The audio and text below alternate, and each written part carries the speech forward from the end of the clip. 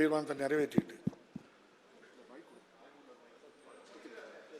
மாண்புமிகு பேரவைத் தலைவர் அவர்களே, ஜனகணமன என்னதான் பாடு தற்போது இந்த ஆண்டிற்கான முதல் கூட்டத்தொடரின் தொடக்கமாக சட்டமன்ற பேரவை மரபுகளின்படி மாண்புமிகு ஆளுநர் அவர்களின் உரை நிகழ்ந்துள்ளது.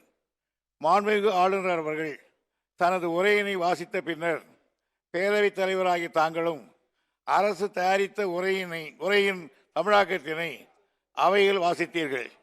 இது தொடர்பாக சட்டப்பேரவை விதி 17 தளர்த்தி பின்வரும் தீர்மானத்தினை இப்பேரவையில் முன்மொழிகிறேன். தீர்மானம்: 2024 ஆண்டிற்கான இந்த முதல் கூட்டத்தொடரில் தமிழ் மற்றும் ஆங்கிலத்தில் சமர்ப்பிக்கப்பட்ட ஆளுநர் உரை இந்த மாண்புமிகு மன்றத்திற்கு வழங்கப்பட்டபடியே அவை குறிப்பில் பதிவேற்றம் செய்ய வேண்டும் என்ற தீர்மானத்தை முன்மொழிகிறேன்.